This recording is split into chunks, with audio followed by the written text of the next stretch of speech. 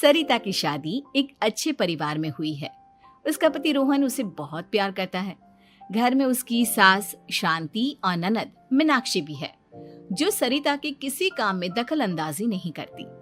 लेकिन फिर भी सरिता को ऐसा लगता है कि दुनिया की सबसे ज्यादा बेचारी बहू वही है और सबसे ज्यादा अत्याचार उसी पर हो रहा है।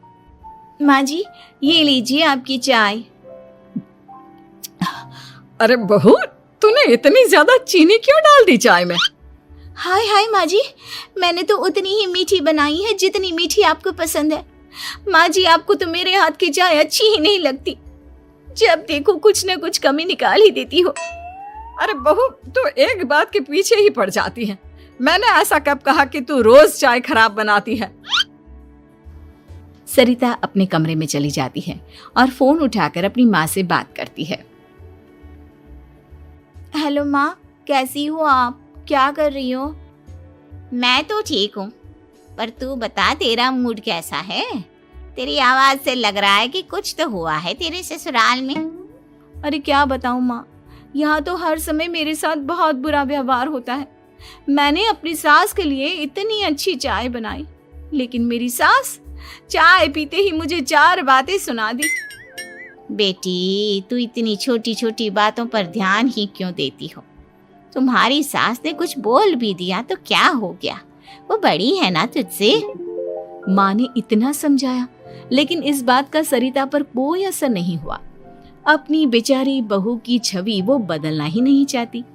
अगली सुबह सब नाश्ते की टेबल पर बैठकर नाश्ता कर रहे थे, तभी सरिता ने अपने पति से कहा, सुनिए जी, मुझे ना आज बाजार से कुछ सामान लेकर आना है।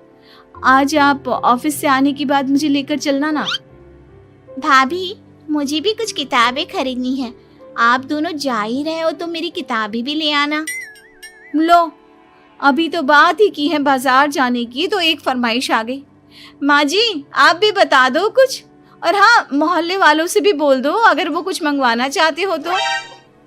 बेचारी मीनाक्षी अपना सा मुंह लेकर रह गई। ये सब देखकर रोहन से चुप नहीं रह गया और वो गुस्से में बोला, सरिता, क्या हो गया है तुम्हें? मीनाक्षी ने तो सिर्फ किताबों के लिए बोला है। तुम्हें मीनाक्षी से इस तरह से बात नहीं करनी चाहिए। माफी मांगो उससे अभी। क्या? मैं माफी मांगू? दिन भर आपके घर के काम करूं मैं, आपकी और आपके घर वालों की बातें सुनूं मैं, और अब माफी भी मैं मांगू? ऐसा कभी नहीं हो सकता। ये बोलकर सरिता वहां से चली जाती है। एक दिन उनकी पड़ोसन घर आती है। अरे सरिता, क्या कर रही है? और क्या करूंगी भाभी जी, बस घर का काम ही कर रही हूँ। आप बताओ कैसे आना हुआ? अरे मैं तो तुम्हारा हालचाल पूछने आई थी, लेकिन तुम तो बिजी लग रही हो। कोई बात नहीं, मैं बाद में आ जाऊंगी। और क्या करूं भाभी जी, जब से शादी होकर आई हूँ ना, बस काम ही कर रही हूँ। और इस घर में ना कोई मेरी कदर नहीं करता। पति है जो बस घर से ऑफिस, ऑफिस से घर। ननद को तो कॉलेज से फुर्सत नहीं।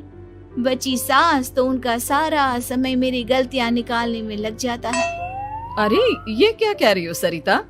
तुम्हारी सास तो पूरे मोहल्ले में तुम्हारी तारीफ करती फिरती है कि तुम बहुत अच्छी हो, पूरा घर तुम्ही ने संभाल रखा है। हाँ तो क्या हुआ, इसमें गलत क्या कहती है? सच्ची तो कहती है। मेरी मर्जी के बिना इस घर का पत्ता भी नहीं हिलता। शाम को जब रोहन घर आया तो उसने सबसे कहा, कल हम सबको मौसी जी के घर जाना है। उनकी बेटी की शादी है। सब अपनी अपनी पैकिंग कर लो, सुबह होते ही निकल जाएंगे। और सरिता, तुम कान खोलकर सुन लो, वहां जाकर किसी की बुराई भलाई शुरू मत कर देना, नहीं तो मुझसे बुरा कोई नहीं होगा। हाय हाय जी, आप तो ऐसे कह रहे हो जैसे मैं सुबह शाम सबकी बुराई करती फिरती हूँ। आज तक कोई कह नहीं सकता कि मैंने किसी की पीठ पीछे किसी के बारे में कोई बुरी बात बोली हो तो। अरे बस बहू, बात को और ज्यादा आगे मत बढ़ा। हमें सब पता है तो हमारे साथ क्या व्यवहार करती है। ये बात घर तक रखना, शादी में किसी को कुछ मत बोलना, नहीं तो सब कहेंगे कि शांति की बहू कितना बोलती है। हाँ हाँ, सब कुछ तो मैं ही बोलती हूँ ना। आप लोग तो हर समय फूलों की बारिश करते रहते हो मेरे ऊपर।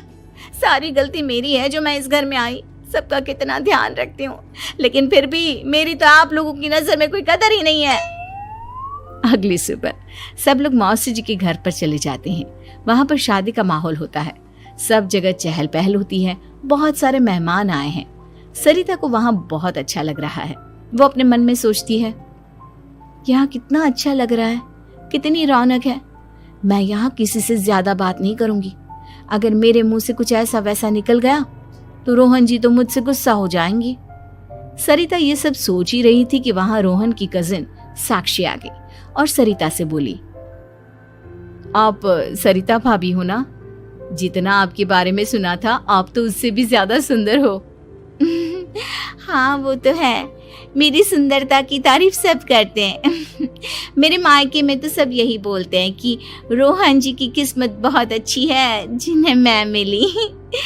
लेकिन आप कौन है? मैंने आपको पहचाना नहीं।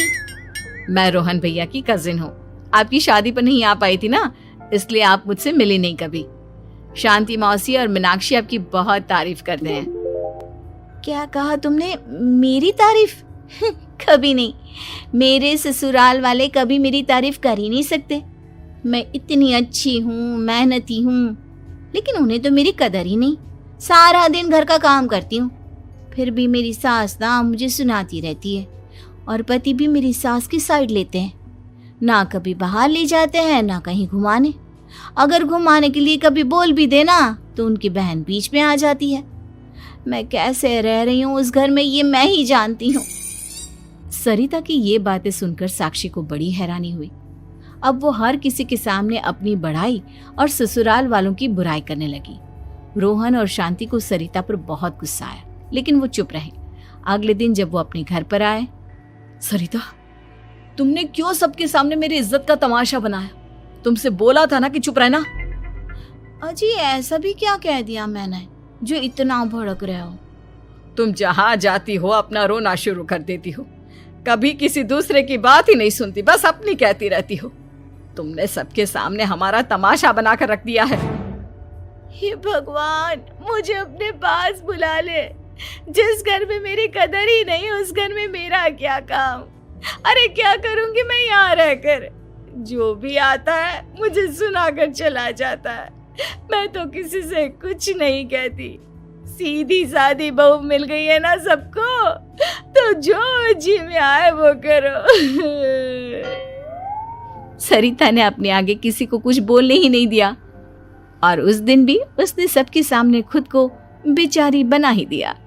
अगले दिन मीनाक्षी कॉलेज के लिए लेट हो रही थी, इसलिए वो हर काम जल्दी जल्दी कर रही थी। अपना नाश्ता लेने किचन में गई और पतीले में रखे गरम दूध को गिलास में डालने लगी।